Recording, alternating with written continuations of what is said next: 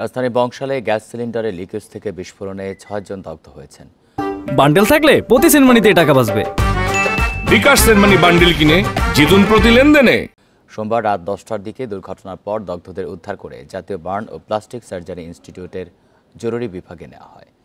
প্রত্যক্ষদর্শীরা জানান, বংশালের বাংলাদেশ মাঠে ঈদ উপলক্ষে বসানো মেলায় ফাস্টফুডের দোকানে একটি গ্যাস সিলিন্ডারের লিকেজ থেকে বিস্ফোরণ হয়। এতে ৬ জন দগ্ধ হন। জাতীয় বার্ন ও প্লাস্টিক সার্জারি ইনস্টিটিউটের আবাসিক সার্জন ডাক্তার শাওন বিন রহমান জানান, আহতদের মধ্যে একজন নারী ও ৫ জন পুরুষ। তাদের মধ্যে সাগর নামে একজনের শরীরের ১১% এবং নয়নের ৭% পুড়ে গেছে। পর্যবেক্ষণের জন্য সাগরকে হাসপাতালের বার্ন ইউনিটে ভর্তি করা হয়েছে এবং বাকিদের সাধারণ চিকিৎসা দিয়ে ছেড়ে দেওয়া হয়েছে।